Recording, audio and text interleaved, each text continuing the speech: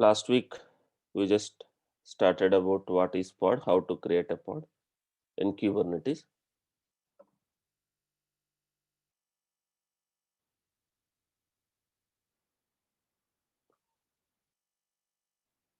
As we discussed, pod is the smallest building block or basic unit of scheduling in Kubernetes, which we can deploy. Pod represents a running process. Inside a pod, you can have one or more containers. Inside pod, you can have one or more containers. All like the pod will have a unique IP address in the cluster. The pod will have a unique IP address in the cluster. And whatever pod, like whatever containers which are running in that pod, will share the same network and storage. Right? So in the interview, they're asking one question like how containers can communicate, one container can communicate to other container which are in the same pod. Suppose let's assume there are two containers in the same pod.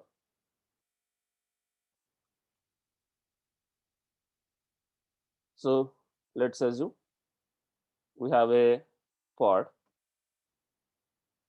Inside that pod, let's assume you have a two containers. This is the pod.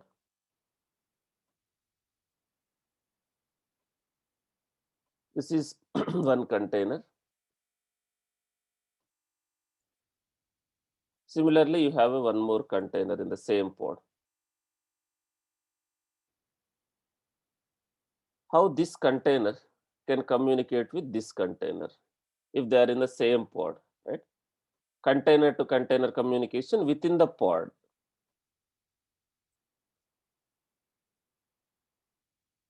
Right? Since both are in same network space, they'll share the same network. How they can communicate? Right? Can they communicate something like this? Local host and port number, whatever port number that process is running, this one. Or do we need IP address for communication within the pod? Both are sharing the same network space.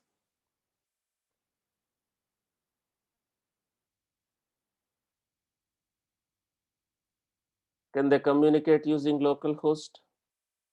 Something like this, local host and whatever port number which is running the process on this one, right?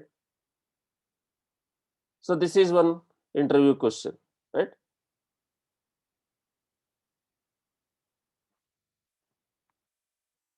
So as we already discussed, containers are nothing but containers are using containers are using the Linux namespaces concept. In Linux, you have a C groups, right?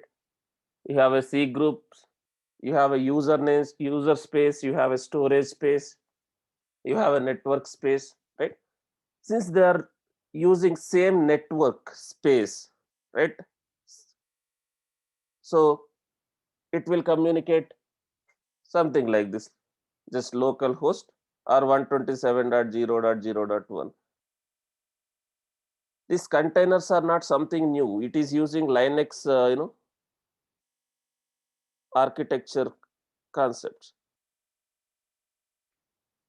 Linux namespaces C groups concept, right? One container or in Kubernetes pods. One pod is isolated with another pod because in the same on top of the kernel, they will be running in a different C groups namespaces. So they are running there, they can access something like this with each other. Local host. Now, one more question. Since they are sharing the same network space, can we have two containers on the same port within the pod? Within one pod, can I have a two containers with same port?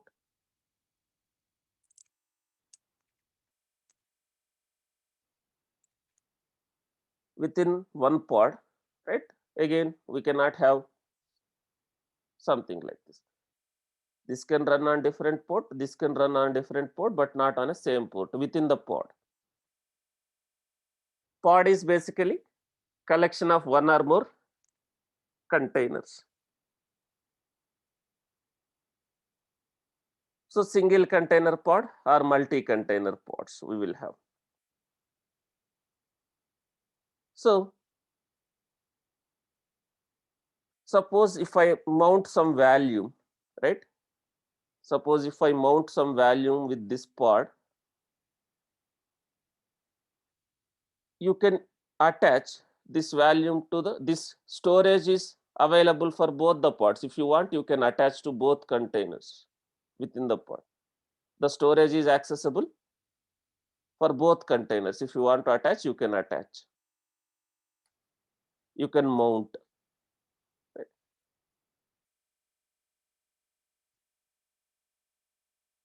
So we created a single container pod, right?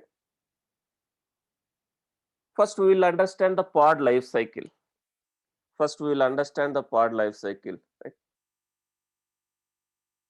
What we are doing, we are making a pod request to the API server.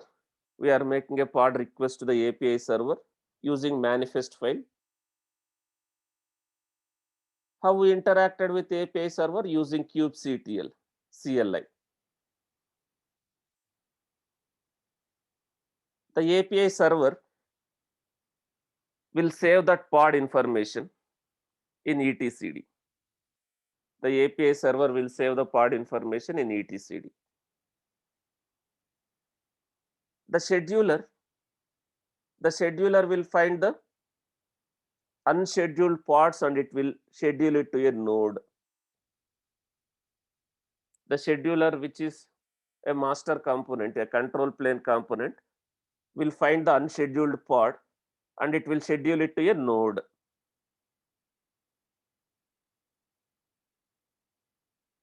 Kubelet, which is running on that node, will fires up with the Docker and it will create a container. The entire life cycle of the pod is stored in the etcd. Now we have a different pod types, as I told, one container per pod, single container per pod, or multi-container pods. So most of the cases you will have a single container pod. Most often when you deploy a pod into a Kubernetes cluster, it will contain a single container. But there are some instances, there are some scenarios where you might need to deploy a pod with multiple containers.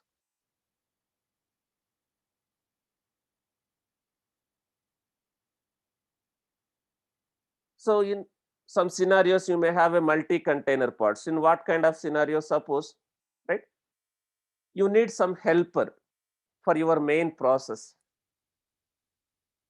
Suppose let's assume your requirement is, right, you want to read one file and you want to process that file. You want to read some file from external sources, like from different storages, from outside somewhere else, like it might need to download file from some remote server, and that file has to be read and processed and insert into the database, some scenario, right?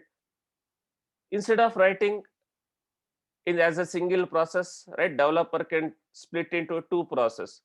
One process will read the file from external sources and other process will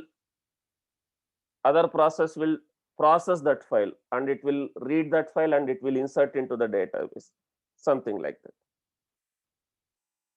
An utility or helper for your main process, some helper process, it will download file from external sources and it will keep it available for your main process. You have some kind of a scenarios. Their developer can split that functionality into two processes. One process will download the file from external systems and make it available to the main process via volumes.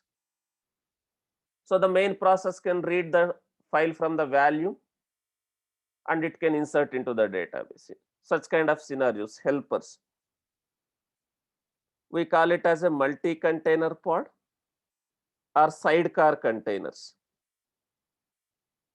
Sidecar, right? Sometimes they will ask what is sidecar container. Sidecar container or multi-container, basically it's a helper, sidecar, helper to the main process. In this model, a pod can hold multiple co-located containers. What is co-located? Wherever your pod is there, those containers will be running on that pod, on that node.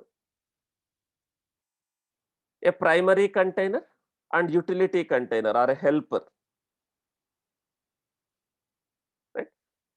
So you will have in some instances multi-container pods. And what is common for if there are two containers in the same pod, right? Within the pod, right, you can have a two containers. So the volumes will common for both the pods, both the containers and the network. Shared network space. As I told, the containers in the pod will share the same network namespace, which means all the containers can communicate with each other on a local host within the pod. And also volumes. It can share the storage, it can share the value. This is single container per pod, or you can have a multi-container pods while creating a pod. So now we created one pod last week.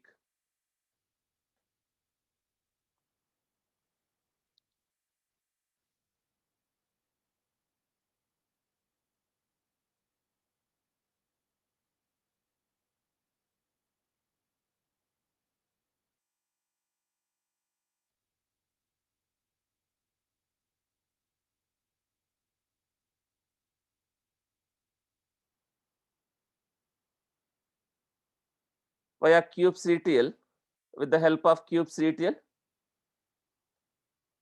we made a pod request.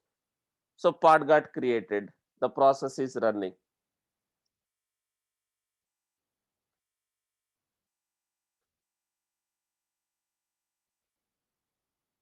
Kubectl get pods, right? Our pod, this is our pod name. Within that pod, you have a one container which is up and running. This is the pod IP. This is the node IP. In which node the pod is running. In this node, this pod is scheduled. It's a single container pod, right? We have only one container within the pod. If you want to see more details, here you can use this kubectl describe your object and object name in Kubernetes. What is this object? What type of object? What kind of object we created this one? This is what? Pod. Pod, my pod name. It will give more details, right? All the details about pod. What is the pod IP? Under which, how many containers are there, right? From which image it is created and what is the port number of that container. Under which node, under which namespace it is running, what are the labels we attached, all those details.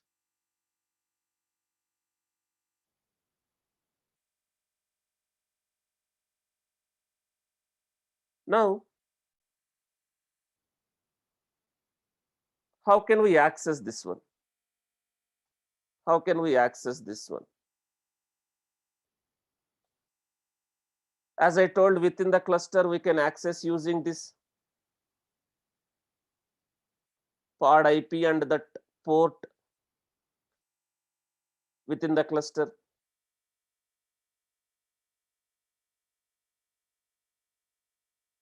Within the cluster, we can access using this pod IP and port, but outside we cannot access. And again, within the cluster also, it is not recommended to use pod IP. We need to create a service. We need to create a service. There is another object called service. There are different types of services. We have cluster IP, we have node port, we have load balancer. Right? Slowly we will understand there is a concept called headless service.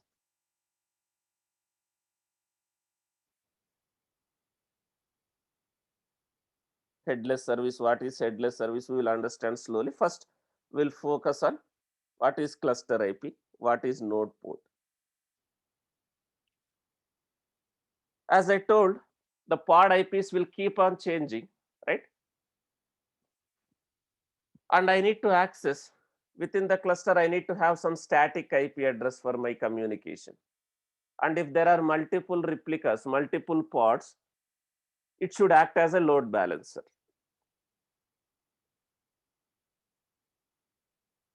If there are multiple pods, multiple replicas, it should act as a load balancer, and I should be able to access with some DNS, some service names, with some static IP.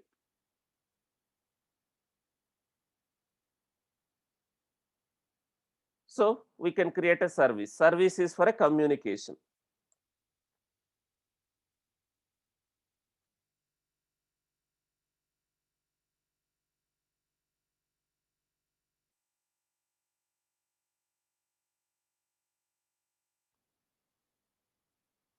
Accessible or discoverable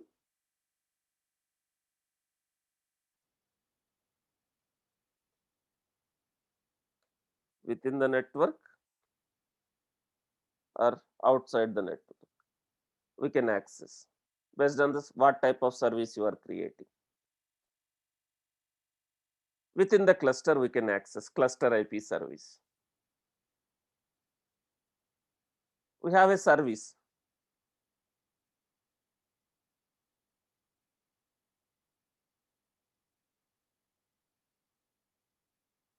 So let me first show the service. Right? Service.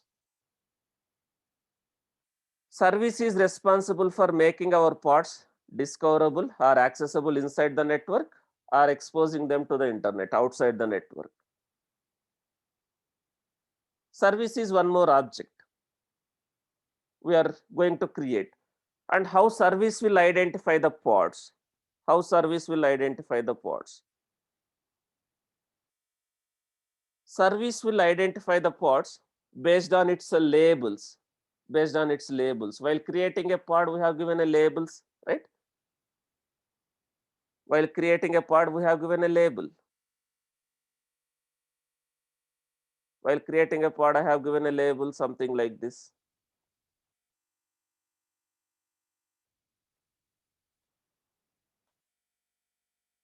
Label key and a value. So service will identify the pods based on its labels, right? While creating a service, we are giving that label as a selector. We are going to give that label as a selector.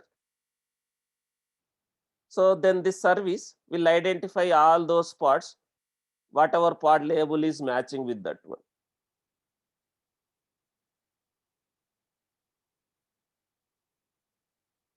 So we have different types of services. We have a cluster IP. So cluster IP service, right, will expose the service on a cluster internal IP. You will get a one virtual IP address.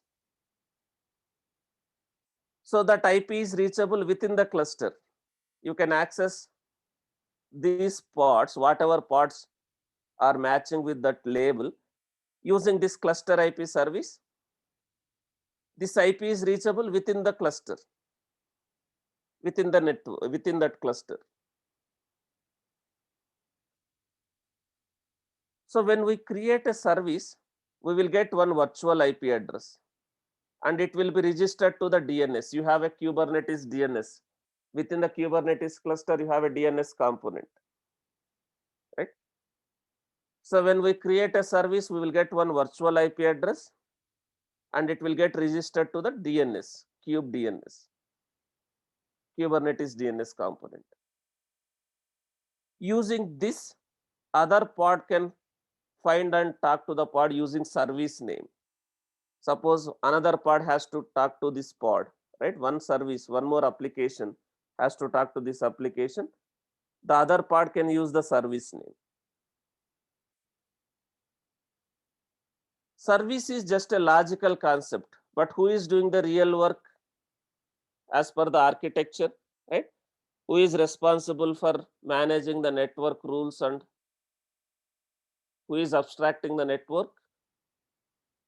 In each and every node, we have kubeproxy, right? So service is just a logical concept. The real work is done by kubeproxy. So what kubeproxy will do, right? It will redirect the request from that cluster IP to the pod IP.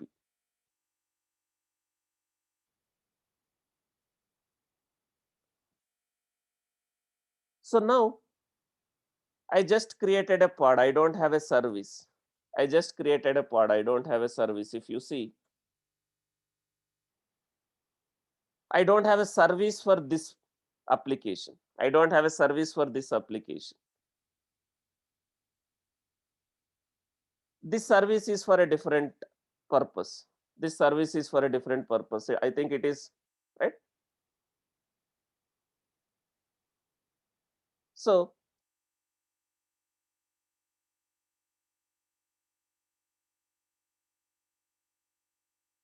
Manasa is asking again, right? If service has a multiple pods, if service has a multiple pods, then what it will do? It will act as a load balancer. You are creating a service. Let's assume this is one pod. This pod you deployed some container. Your Java web application pod. You have a multiple replicas. Let's assume in this machine also that pod is running. This pod label is also this app, Java web app. Now when we create a service, what we are doing? We are giving this label as a selector while creating a service.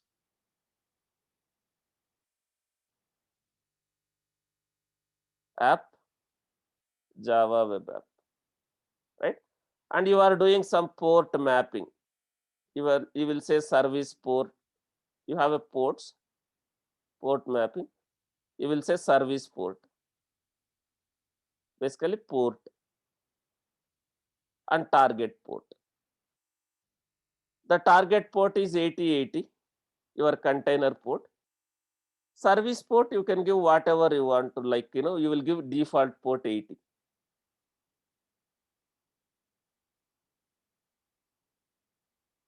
And this service name is, let's assume, Java Web App SVC.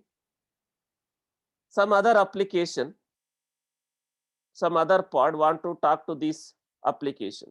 It has multiple replicas. It can use something like this. Service name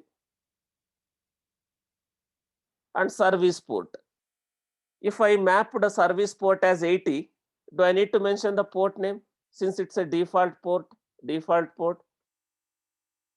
If I map service port as, if I use service port as 80, do I need to use port number here?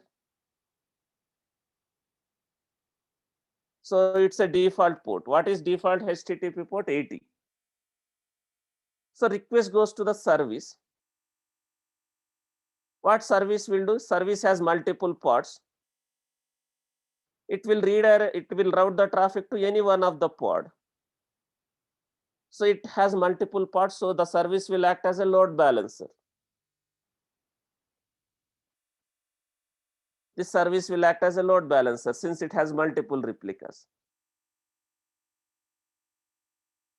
Either it will route the traffic to this one or this one, right? So while creating a service, you are giving selectors and you are giving a port mapping. So now, how to create a service? Again, using manifest, I can create API version, kind,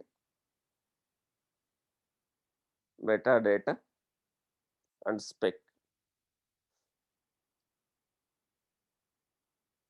Kubernetes manifest, API version, kind, metadata, and spec. So API version for service, it's a V1, kind. What kind of object you want to create? You want to create service, metadata, name,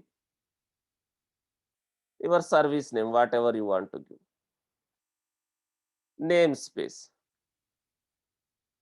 under which namespace you want to give, you want to create. Namespace, name.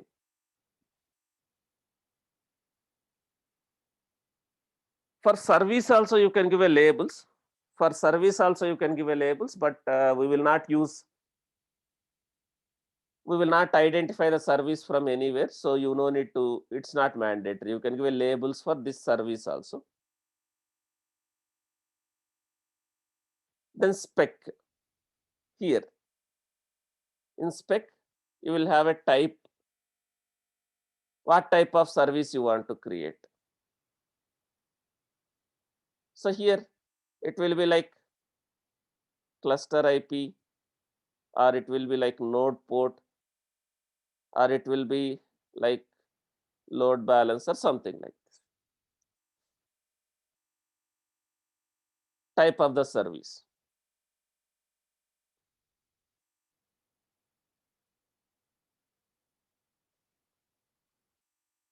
What type of service, right? Then selector. So you are creating a service, right? You will have a lot of pods, lot of applications you might have deployed. So this service is for what? This service should route the, this service will identify the pods, right? To which pod it has to route the traffic, or what, for what pods you are trying to create a service. While creating a service, you are going to give a selector. Here, you are going to give a key value pair. What is this? You can give multiple key value pairs. Basically, these are labels of your pod.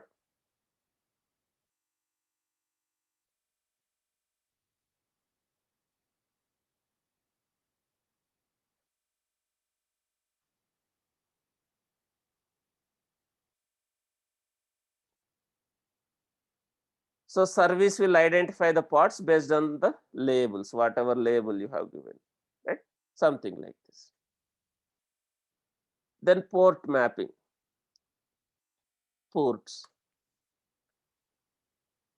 You will give a port, you will have a target port in this case. What is target port here? Your container port. What is port here? You can use some default port like 80, the default port. This is, we call it as a service port. This target port is container port. This you can give service port as default port.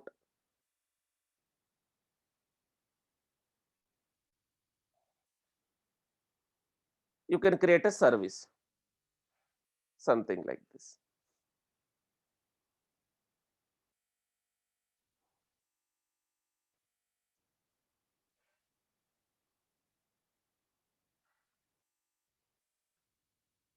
API version v1 kind service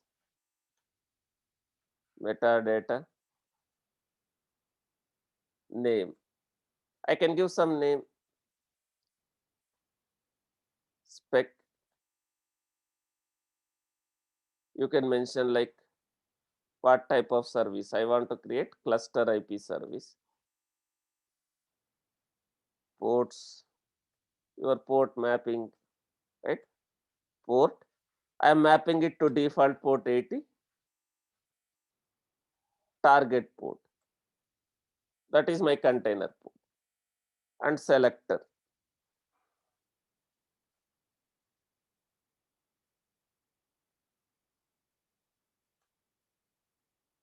So whatever label I have given, app, Java, web app, something. This is my label for the pod, right? So I'm creating a service. I'm creating a service. What type of service? Cluster IP service. Now, this is for a different purpose. Now I am creating a service for this application.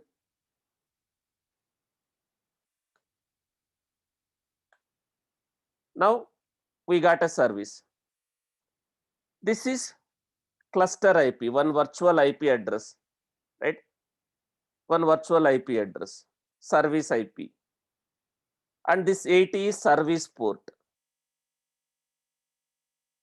Now, once I create a service, this IP will be fixed. There is no change in this IP. Once you create a service, you will get one virtual IP. It is going to be fixed. Now, I can access using this, this IP address also. I am not mentioning any port. What is the default port? This service is running on what port? The default port 80, right? I no need to mention the port like this, because this service is running on port 80. Now request goes to service. Request goes to service. What service is doing?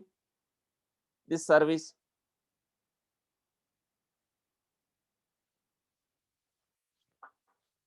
This service is basically routing the traffic to this pod.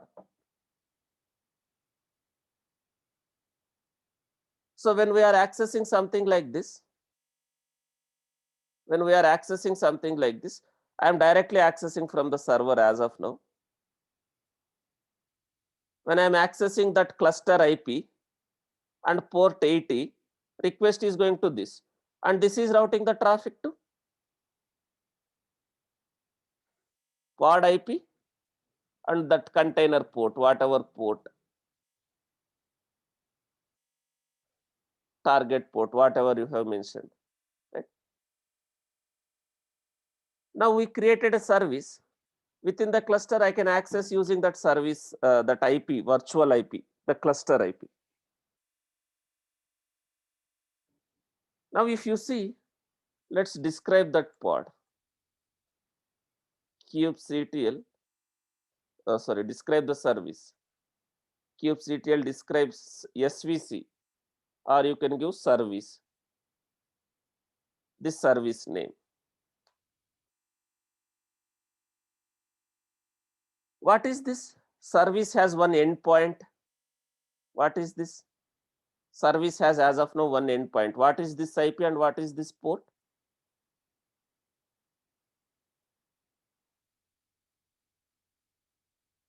As of now, this service has one endpoint.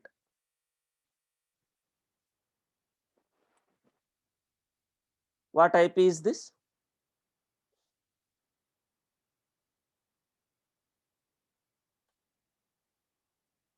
What IP is that? Basically, pod IP, that pod IP and the container port, whatever container port, the target port. So when we are accessing the service, request is routed to this IP and port. So this is cluster IP service. Suppose if I have a two pods with the same label, while creating a service, I have given a selector. While creating a service, I have given a selector. Suppose if I have a two pods with the same label, so how many endpoints I can see here?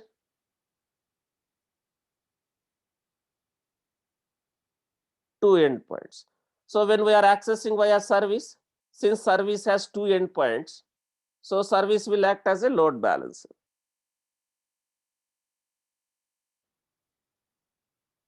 It's a cluster IP service now. Will I able to access using this cluster IP from outside now again? From different network from outside? It will work only within the cluster. So from one more pod, I can access this one using service name itself. Let me create one pod.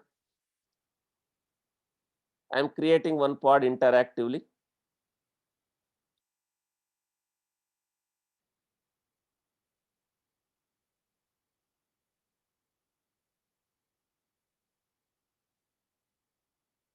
One pod I am creating interactively.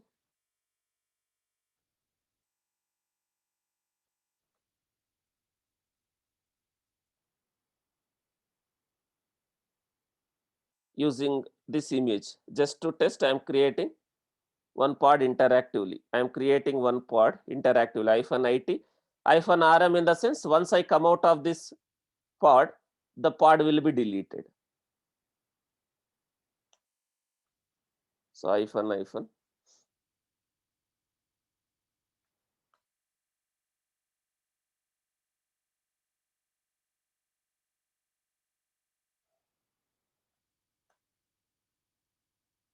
Let's just let me give something.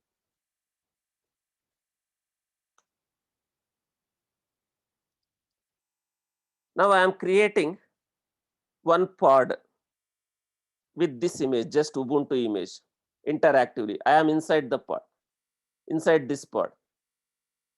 This pod, from this pod, I can access this pod using service name, right?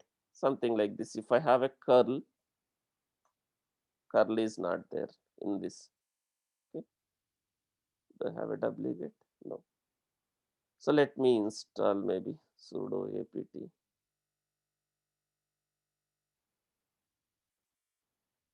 That software is not there as part of sudo is not required since it's a running root user.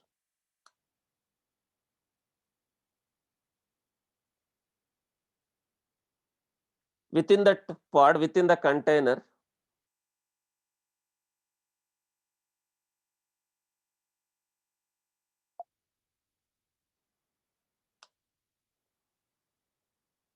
that curl software is not there. I'm just trying to install.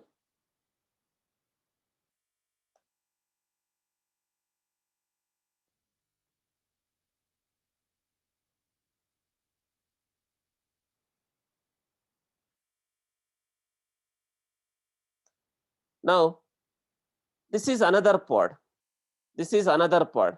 Am I able to access that application, one more application using service name now? Do I need to depend on the pod IP? Or do I need to depend on that virtual IP address? Or can I directly use this service name now? Do you see? Is it working with that service name? This pod, this is another pod.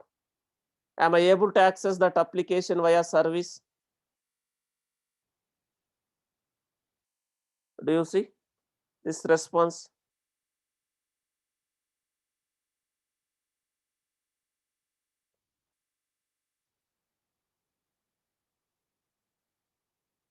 So one pod can access another pod using the service name.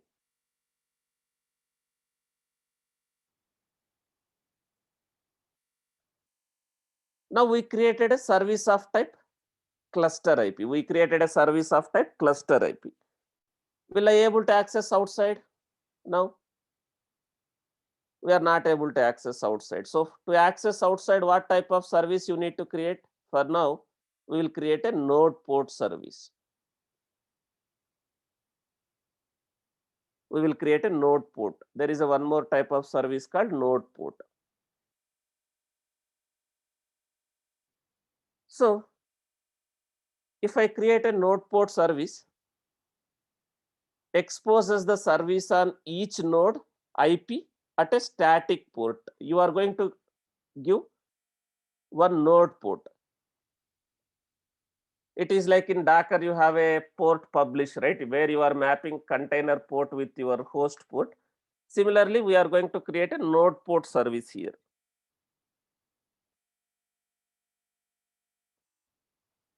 It will expose the service on each node at one port. So we need to create a service of type node port. Exactly same.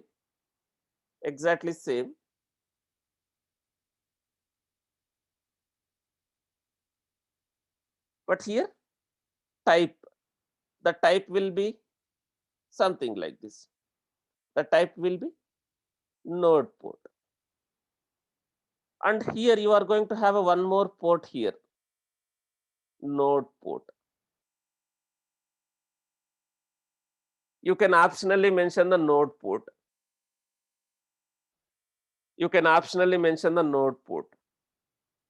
Right? If you don't mention the node port, while creating a node port service, Kubernetes will allocate one node port. Using that port, you can access from outside.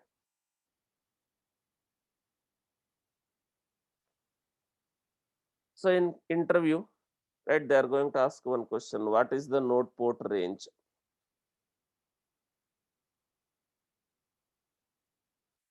What is the node port range in Kubernetes? Right? What is node port? So node port is a service type in Kubernetes. When we create a service of type node port, we can access that service, that application from outside using that port. The node port range is 30,000 to 32,767.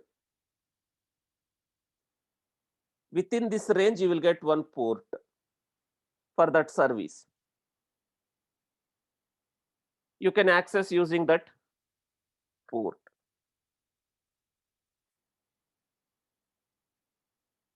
So now I no need to create another service. I no need to create another service.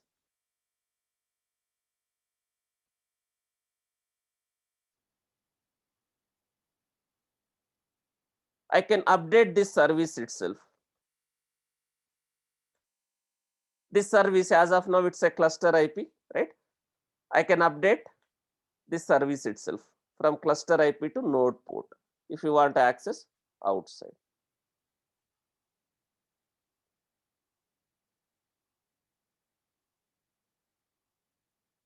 So I need to apply this change again. Okay. Before applying, do I have a net stat? We don't have a net stat.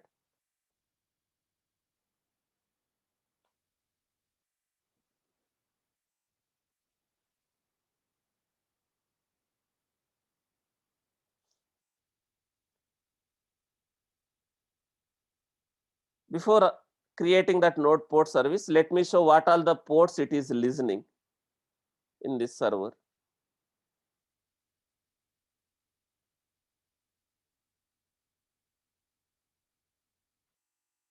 So these are the ports which are listening, right? Since it's a master machine, right? Since it's a master machine, you can see these ports: kubelet, kubeproxy, 102.168.102.102.109, right? This scheduler port, all those things, right? Now, when I create a service of type node port, I will get one port.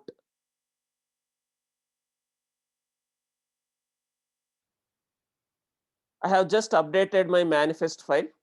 to the node port, and I am not giving that node port. I am leaving, so optionally I can give that node port. Kubernetes will allocate one port within that range. So let me apply this change. kubectl apply -f.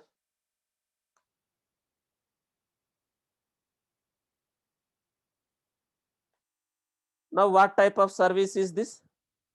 Now I changed this to node port. What type of service is this now? It's a node port service.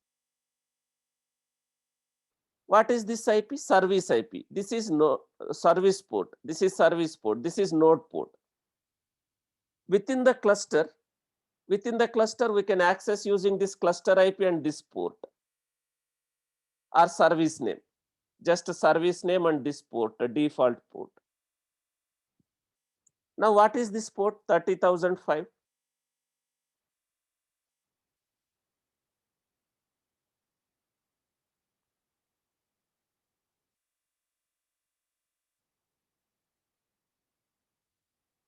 This is your node port. This is your node port. So now I can access from outside using which IP and which port. From outside I can access using node IP and node port. From outside now I can access using node IP and node port. What is node IP here? What is node here?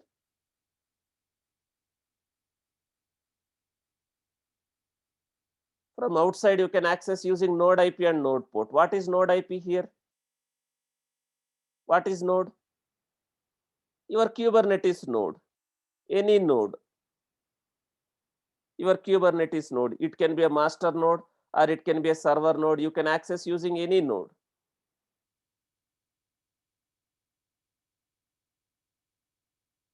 Let's see if you have to open that port in the security group, that is AWS concept. Let me see. If you are using this master IP, right? Node IP and node port. What is that port? 30,005. And make sure you have opened that port in the security group, 30,005 to the outside network, this AWS concept.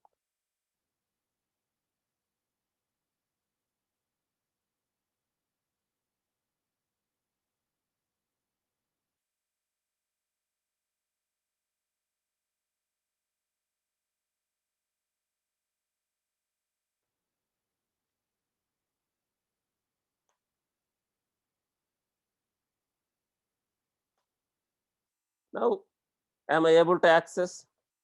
Within that, I have this application. This is my application context. Am I able to access from outside now?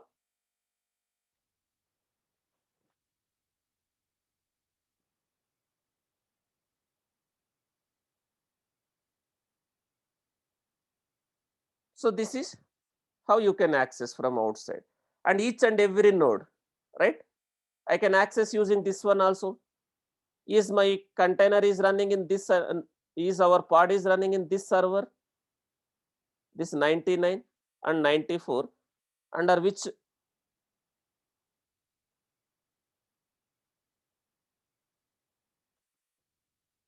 node the container is running? 99.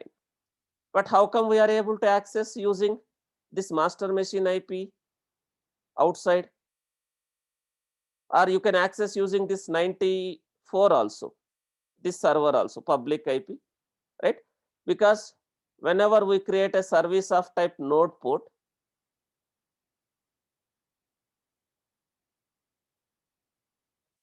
whenever we create a service of type node port, on each and every node, I need to open the security group.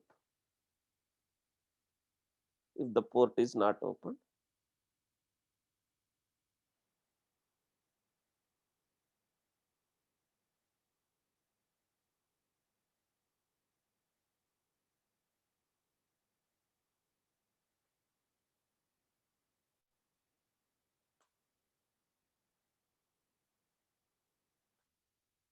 if you see, I am able to access from this one also.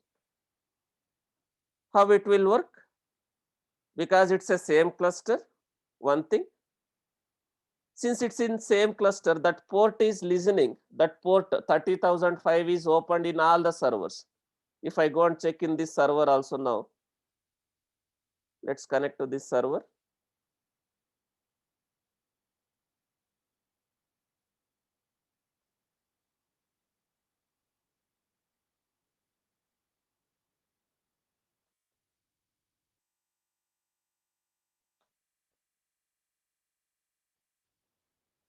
If I have a netstat, if I don't have a netstat, let me install netstat.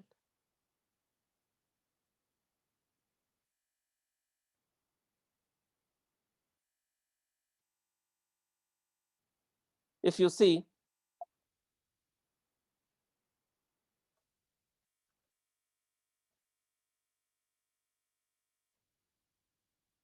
do you see that port is listening in this server? That do you see that port is listening in this server? That 30,005.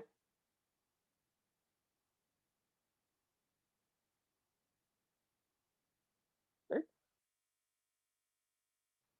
30,005. So this port is listening in this server also. So whenever we access using this port, request goes to this. If I access using this server IP and this port, request goes to this server. Who will process that request? As I told, service is a logical name, and the real work will be done by the kube proxy. In each and every node, you have a kube proxy.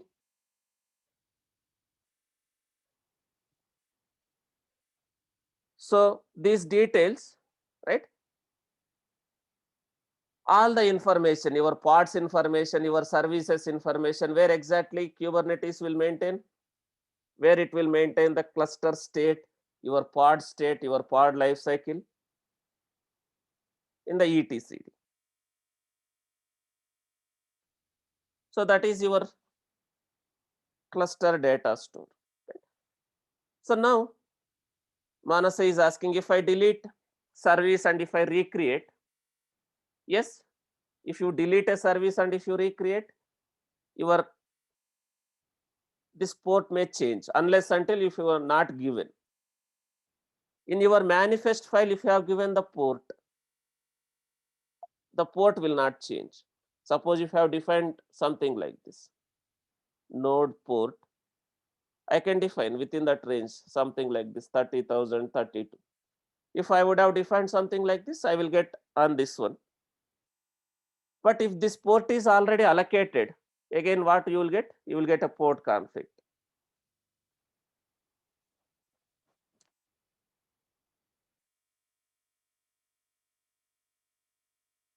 So if you can give, you can give, otherwise Kubernetes will randomly allocate whatever port is available within that range, the node port.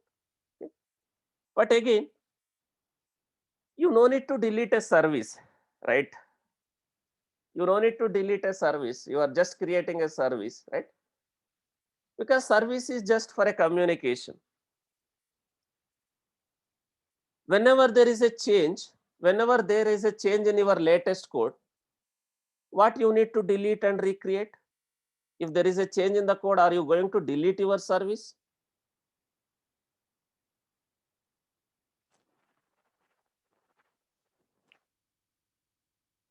If you want to deploy your latest code, you will update your pods, right? You will update your pods.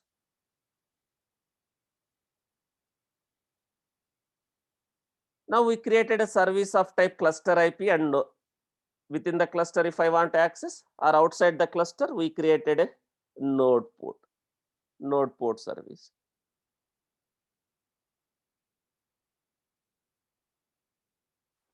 So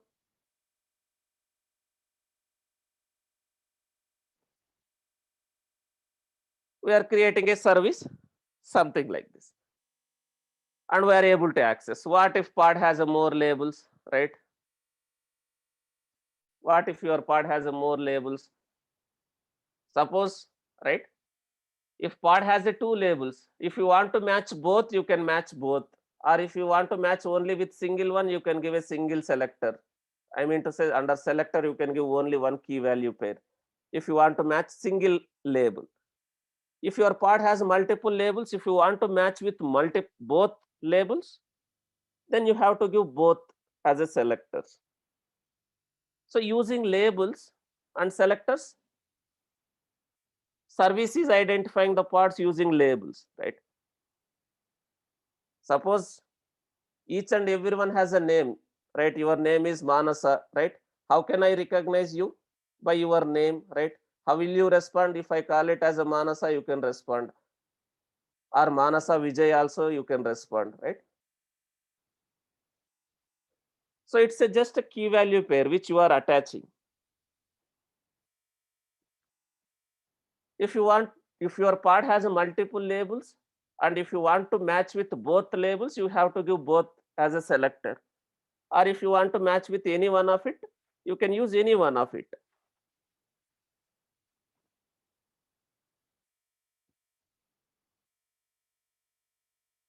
So pods has a labels, service is identifying the pods using selectors. Now let's come back to the pod. Now I created a pod.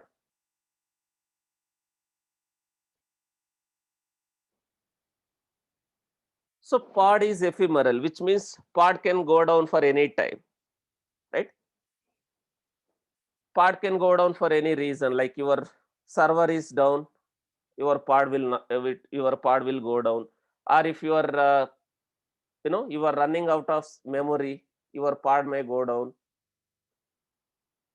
Pod is ephemeral, which will live for a very short time, and it won't be rescheduled to a new node once it dies. Suppose if our pod went down, it will not be rescheduled. For some reason, if your pod goes down, it will not be rescheduled.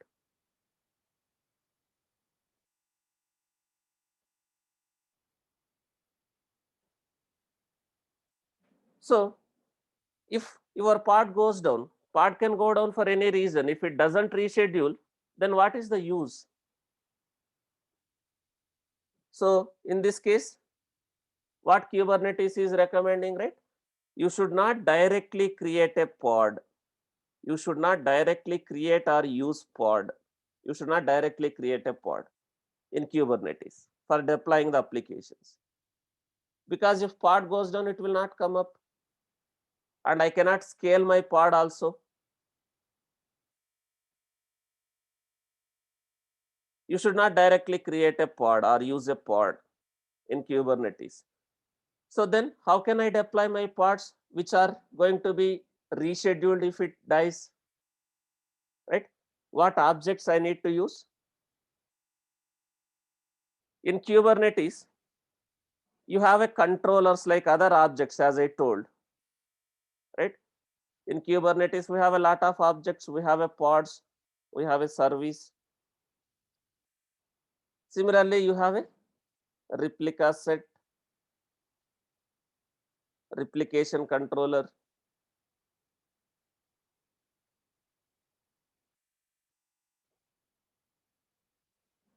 deployment daemon set.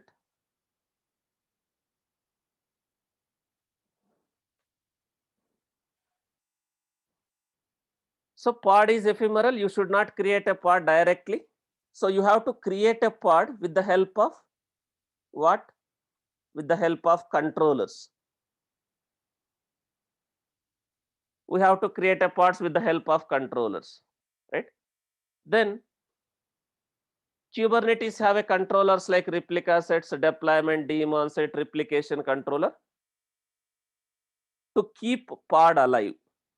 So we need to create a controllers. We need to create these controllers. So these controllers will create a pod and it will manage the pod life cycle. If pod goes down, this replication set or replication controller, whatever you are creating, that will reschedule, that will recreate the pod. Now let me show that I directly created a pod. I directly created a pod. If you see, I directly created a pod. Do I have any replica set or replication controller or deployment? to manage this pod as of now?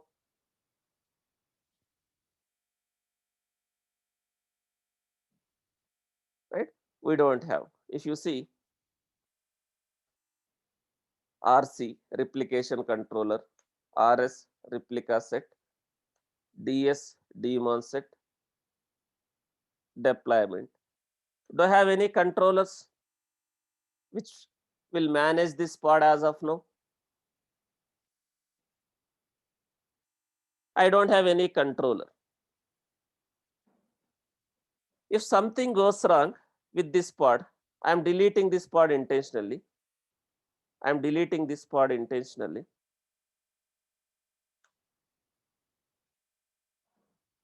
I don't have a pod. I am deleting this pod intentionally.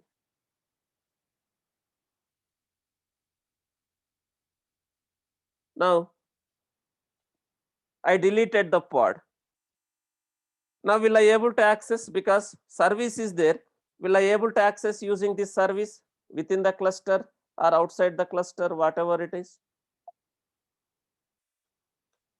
Service is there, but am I able to access within the cluster or outside the cluster?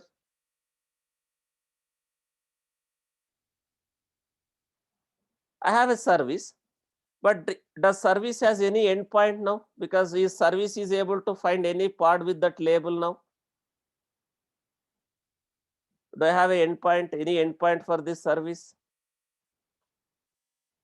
Do you see any endpoint now? Why service doesn't have any endpoint? Is service is able to find any pod with this selector, with this label now? Do I have any pod with this label in my cluster?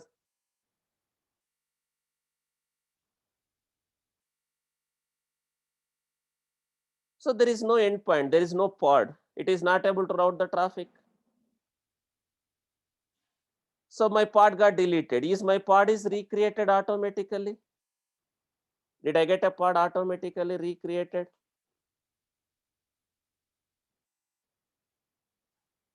So that's why we should not directly create a pod. We will deploy the pods. In Kubernetes, we will deploy the pods, but we should not directly create the pods. So with the help of these controllers, you can deploy so that these controllers will manage the pod lifecycle.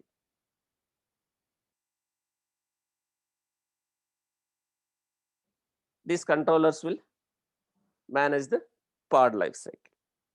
As of now, I don't have any controllers to manage these pods.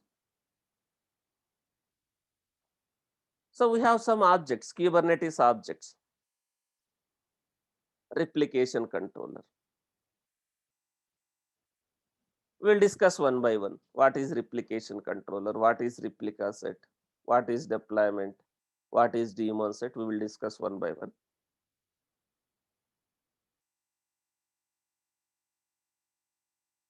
As I told, right, you should not directly or you create a use or pod for deploying applications. You have to use these controllers. So we already discussed this, what is pod, single container pod, multi-container pod, all those stuff. Now, let me come to this replication controller.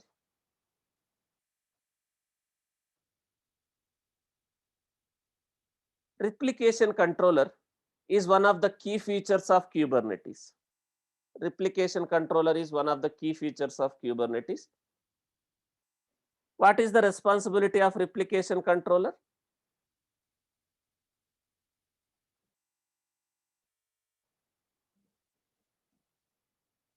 Responsible for managing the pod life cycle.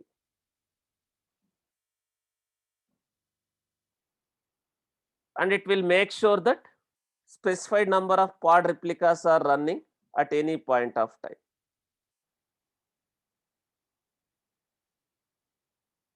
Replication controller is responsible for managing the pod life cycle, and it will make sure that specified number of pod replicas are always running at any point of time.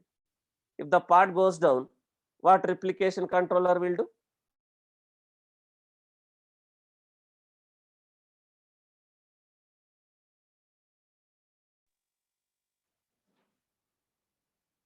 If the pod goes down, it will recreate the pod.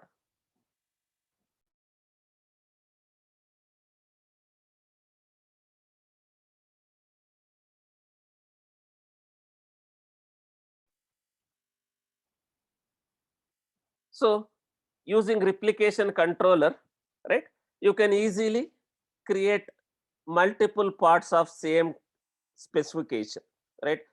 Instead of one pod, if I want to have a 2 pods, I can mention how many pods you need for the same specification. I can define how many replicas I need.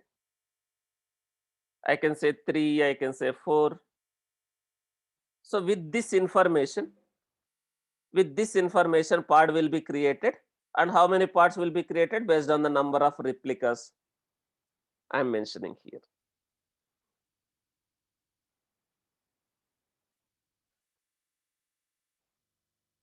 If pod goes down, the replication controller will replace, right?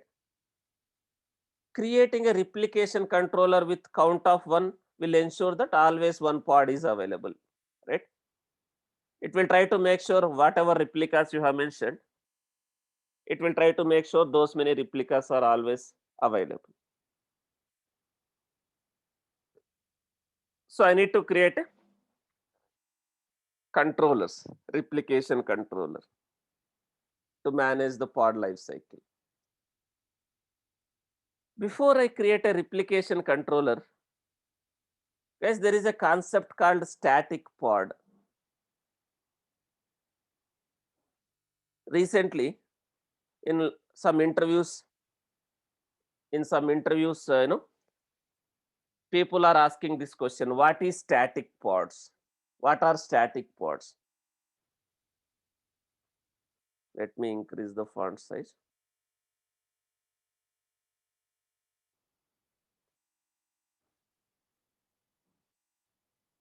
So static pods. What are the static pods? If I directly create a pod, no one will manage the pod, right? If my pods has to be managed by someone, right, I need to create a pods with the help of controllers.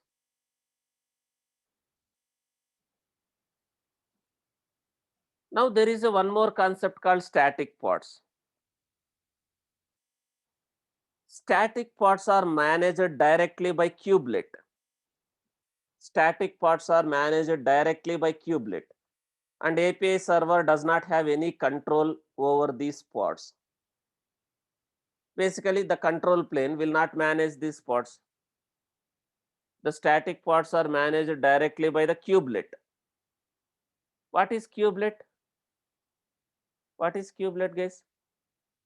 In each and every node, you have a kubelet, right? So in each and every node, you have a kubelet.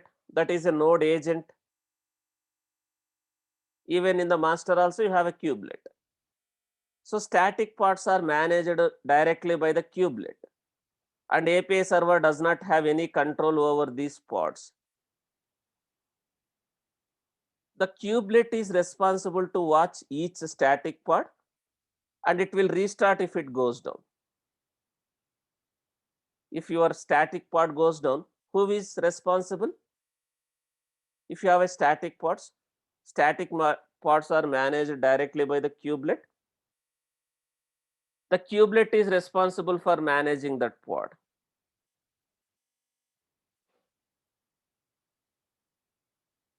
So the static pods are running on the node are visible to API server, but it will not be controlled by the API server.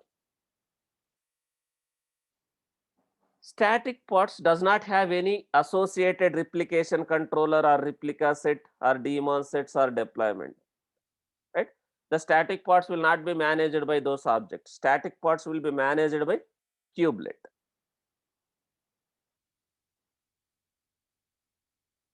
If you see, let me show the some pods in the kube system namespace.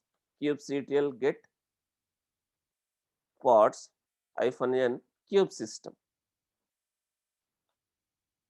In kube system namespace, I have these many pods. If you see,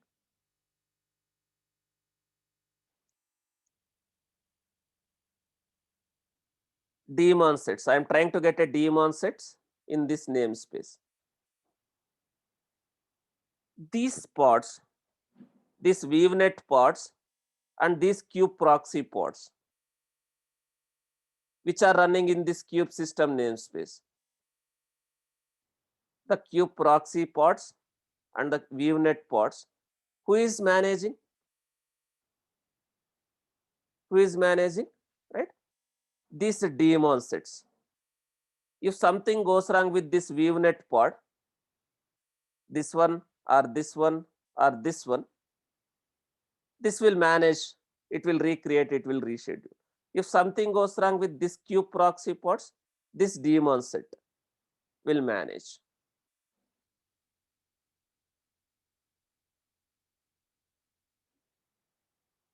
And let me show you deployment. There is a deployment for core DNS. There is a deployment for core DNS. So if something goes wrong with these pods, we will discuss in detail, guys. What is daemon set, what is deployment? We will come to that later. If something goes wrong with these pods, who is responsible? This deployment. But what about this? You have a API server, you have a control manager, you have a etcd, you have a scheduler. Who will manage this one? Do I have any controllers for these pods? API server, control manager, scheduler, and etcd.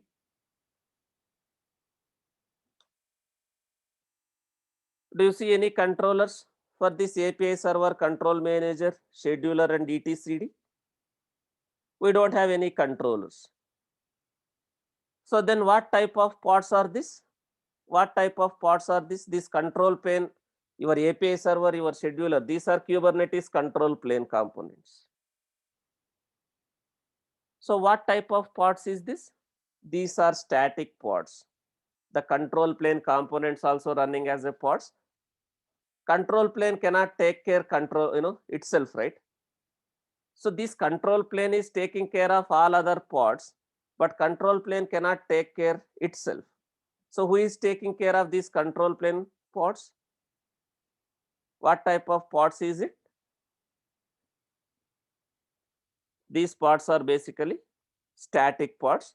So the kubelet, which is running in this node, is going to take care of the pods. So the control plane components are running as a static pods. The main use of static pod is to run a self-hosted control plane. So the control plane components are running as a static pods. If you want to create your own static pod, you can create. If you want to create your own static pod, you can create. So how can I create a static pod, right? You need to keep the pod manifest in this folder.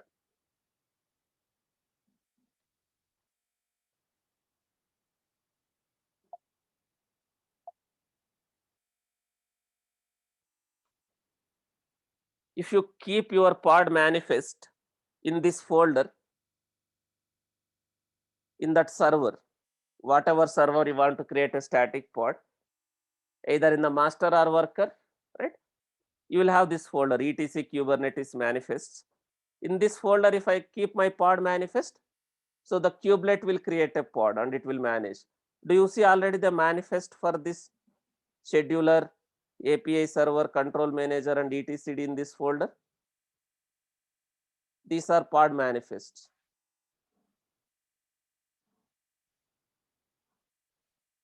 Now I can create my static pod. I need to create one manifest file under this folder so that kubelet will create a static pod. If that pod goes down, who will take care? The kubelet will take care. So these are static pods. Now we are not creating a static pods for our application. We will create normal pods. The controllers will take care. In the interview, they are asking this question. Recently, one or like two of our students got this question. So I thought of just explaining you what is static pod.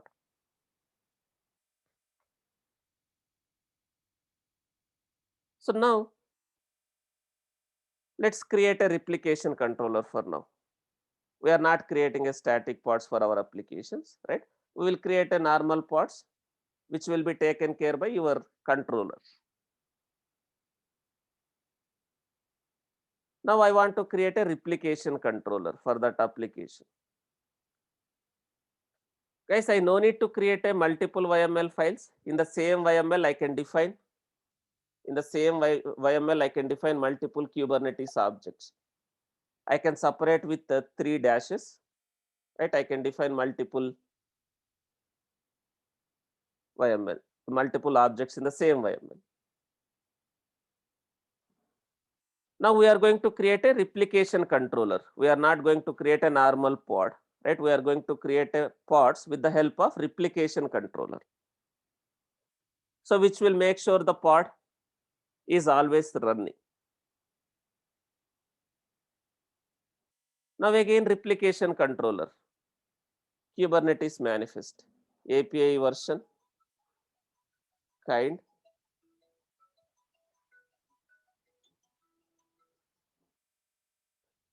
API version, kind,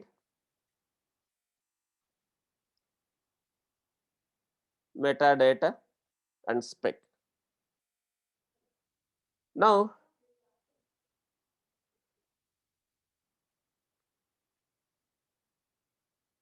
API version, for what kind of object you want to create now? I don't want to create a pod directly.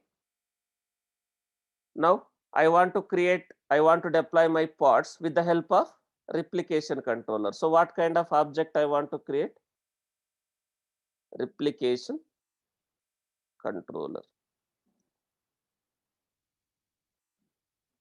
So API version. What is the API version for a replication controller? As per the given table, I have given V1, metadata, name, your replication controller name. I can give anything. Namespace. Suppose this I want to deploy in some namespace. I can mention the namespace name. And spec. Your replication controller specification. See here I can mention something like this, replicas. How many replicas? Your pod replicas. Number of pod replicas, how many pods you need. Here you can mention your RC name. Here you can mention namespace also if you want to deploy in some namespace. And replication controller also you can give a labels, but we are not going to use these labels anywhere. These replication controller labels, it is optional. Now I am going to mention number of pod replicas. Here number of pod replicas, how many replicas I need. But where is the information? What pods it has to create? That pod should have what containers? Where should I define here? Here I have one more section called template. What is this template? Pod template. Your pod information we are going to define here. Again you have a metadata. This metadata is for what? This metadata represents information about a replication controller. And this metadata is for what? Pod. So name, you can give a pod name, but anyhow it will not take this name. Labels. What labels is this? These labels are for what? These labels are for what? Pods, for pods. Here also you can give a labels, but these labels are for what? It's an optional, as I told. These labels are for replication controller, right? This is optional. Key and value. Now spec, again you have a spec. This spec is for what? Pod, your pod specification. Within this spec, you have a template. Within that, you are defining your pod information. So containers, name of the container, name of the container. All your pod information will go and sit here. That's it. All your pod information will go and sit here under this spec.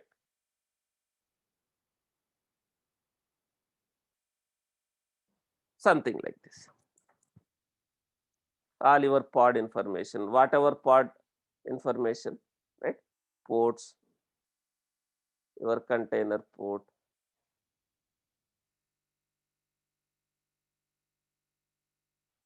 Suppose you have a multi-container pods, what will happen? This section will be repeated. If you have a multi-container pods, this will be repeated. One container and another container. So this is how you can create a replication controller. Let me